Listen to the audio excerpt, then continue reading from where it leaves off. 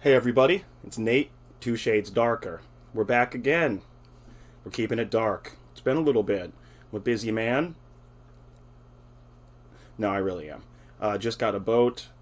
Finally got it. Actually got it back to the house. Trying to do some work on it. Also trying to do work at my job for money. And then family, obviously. But here we are anyway. I kind of would feel remiss if I didn't talk about some of the topics I'm going to talk about. And we're going to start with my favorite thing ever. The N-word. Ooh. Get scared, everybody. Because we're going to get dark. And what does that mean exactly? The N-word, I mean. It's supposed to mean ignorant, foolish, foolhardy, something like that. Cowardly, I think, also, in some turns of phrase. There's an ardly added to one of them. But I don't say it very often. I might say it while I'm rapping something, because apparently that is 100% acceptable. If you rap, you can say the N-word maybe 500,000 times. There are songs that do exactly that, where it's N, my N, my N. I probably should have just turned that into a song, sold it, millionaire. But it's kind of like in the song, everybody says it's okay. But if we're walking around in casual conversation sounding like that, it'd be a little bit rough. Now, you're going to say, I know a lot of black people who run around saying it all day, all night, and I will say to you, they're assholes. Yeah. Anybody constantly going, N, yo, this N, I remember that N, probably not that smart. Just my experience. To say that, I also say that I have used it in conversation. That's the crazy part about this, is if you are black, you'll understand exactly what I'm saying. You have said it. You really don't even know why. I don't exactly know why. But I don't like saying it, and I don't like other people saying it. And I don't just mean white people. I mean, if I'm out at a nice place and I hear black people dropping it all the time, it makes me think less of them. If I go anywhere and I hear white people saying it, obviously I know what to think about them. And if you're asking, does that mean they're automatically racist, Nate, if they're saying the N-word? A lot of the time, yes. If you are casually throwing around a word like that, number one, you're an asshole. Number two, do you need to use that word? Number three, if you feel you need to use that word, you're probably a racist. Because I don't need to use that word to describe someone who sucks, or is stupid, or lazy, or stealing things or something. I don't need to use that. I can just use the other things I just said. I can call him a thief, a moron, the artard. I can say a lot of things. Which I guess I'm not supposed to say the last one either, but I'm still going to say it. To say all that, I don't think people should be fired from the internet or fired from a speaking position or a platform for saying it in context. Out of context, I think maybe it is the company's choice to fire someone if they are spewing actual hate speech, which is an actual thing. We can't sit around and act like people don't hate people. People don't profile people. People don't think of one thing of another culture. I mean, we all do. I am no perfect guy over here. If I get on an airplane and I see a dude looking a little Muslim-y, I get a little scared. I look around. I go, God, oh God. And then I go, that's ridiculous. Nothing's going to happen. So stupid. So stupid. You know? I'm sure that's the same thing that happens when maybe somebody passes by me somewhere. They're like, oh my God, is that guy gonna world star hip hop me all of a sudden? No, I'm not. But I understand that because a lot of people obviously have been doing that.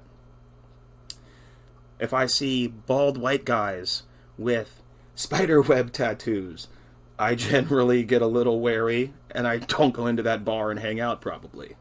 Cheers. All of those things would be considered racist.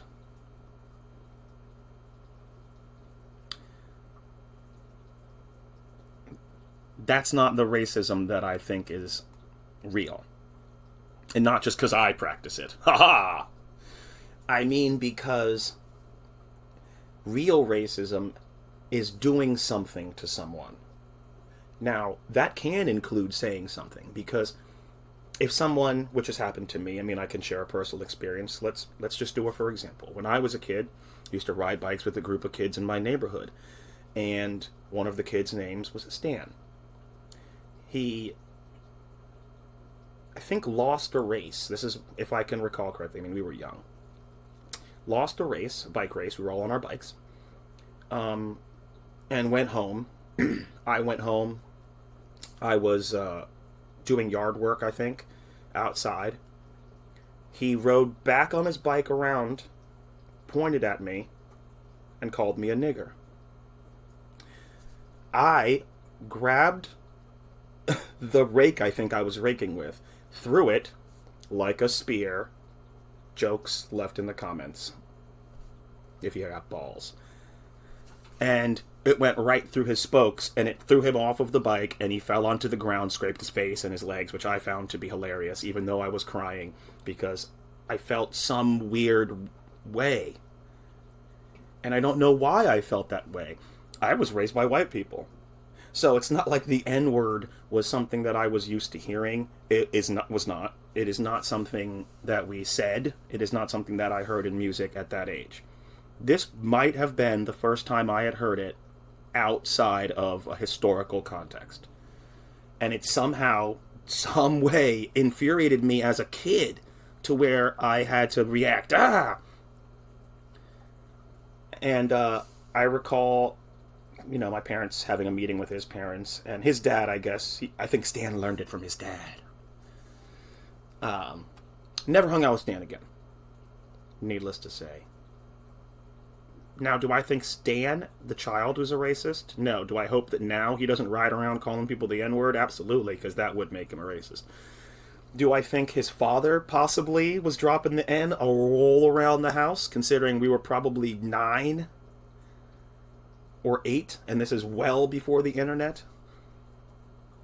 So, yeah, I think so. I think his dad probably was not a good dude.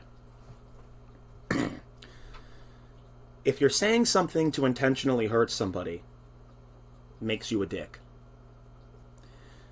If you're saying something in historical context, it makes you a historian or a reporter or somebody just quoting something.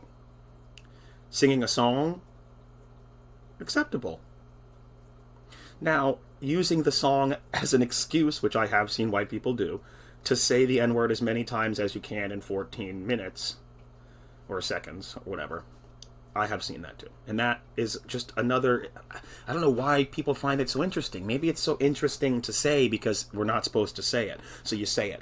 The same reason why everybody's interested in all types of weird shit you're not supposed to do, but gotta do it anyway. Once you say no, it means yes,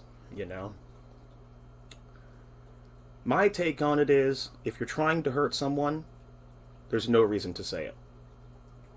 And then don't be mad if you get hurt. Or if something happens to you, because you have said something hurtful. And you didn't have to say it. You could have said something else. You could have taken a high road, taken the same road, but just been smart enough to know that what you're saying might lead to some kind of action, whether it's violent or nonviolent. And I am going to be called the Segway King for doing this, but that brings me to this point. Will Smith and the slap heard round the world. I mean, Jesus. I could hear the applause now. Nate, you're the best. Oh, my God. I didn't even see that coming. How'd you do that? I don't know either, guys. I don't know either. I'm just that sick. The slap heard round the world. What the hell happened the other night. I am in 3 positions on this, which, if you have a brain and you're a human, you're allowed to, at the same time, hold more than one idea in your head. It's okay. And you can have feelings more complicated than good, bad. That's a thing. I have 3. I'm going to start with physical violence for jokes is not something that should happen. I've been to a lot of comedy shows. I'm friends with comedians. They wouldn't like it if I ran up on stage and assaulted them for saying jokes. I always sit in the front row with my wife. We kind of put ourselves in that position. It's just part of what it is. If you put yourself there, you leave yourself open for something like that to happen. That being said,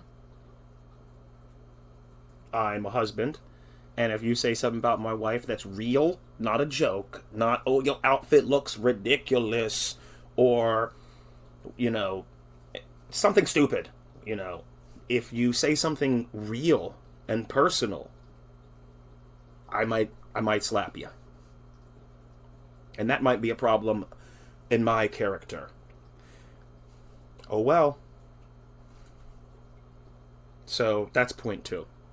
If you mess with my wife, I'll fucking slap you. Point 3. And it made black people look fucking crazy again. We did it again. Yeah. The 2, I would have to say, 2 of the most beloved black characters ever, decide to fight. And not even fight, actually. I guess just get assaulted. But it just does harken back to the, as I said, World Star. I mean, shit, that looks really bad. Do I think it set black people back? I mean, I'm really sick of hearing that. It sounds crazy. That still, set people back. What the hell? No, I think it set Will Smith back, probably, and probably boosted Chris Rock's career, and someone might watch the Oscars next year. Maybe, but I don't think they can do a repeat of that. Was it fake?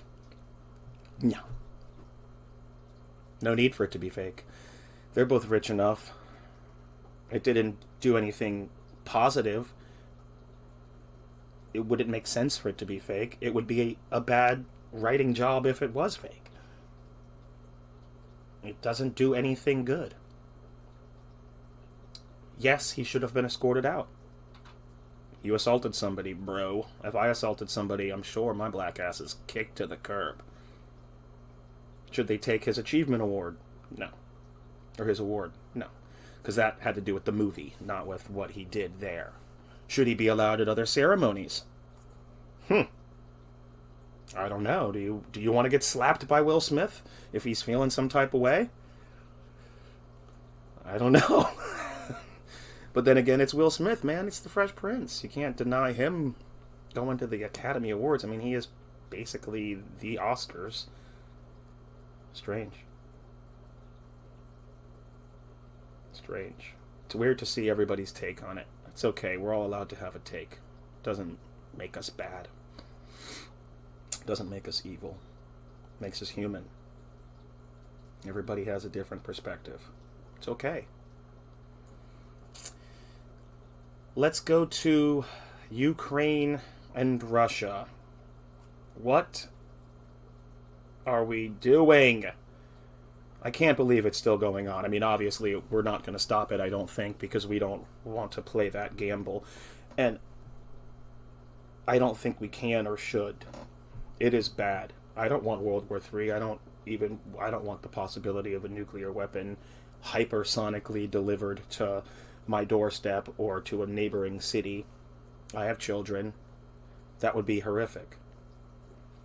Also, I don't want to see people in Ukraine dealing with what they're dealing with now, where they're being killed for no reason and fighting back, which I'm finding that's so awesome. I mean, to see the small, the David and Goliath situation is so cool, and that they're kind of winning in some aspects.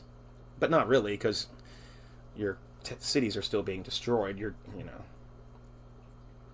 And Putin will never stop. He'll just up the scale.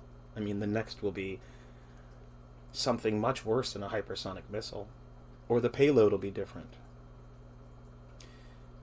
Do we keep doing sanctions? Do we sanction China because they have not really been doing anything to help? They're just kind of precipitating it or doing nothing. Should we sanction them and, start that little band up? That sounds dangerous too, because you don't want to do both of them at the same time. Even though we would damage their economy severely if we boycotted them. I mean, we buy all their shit. Nobody else buys every single thing that they sell.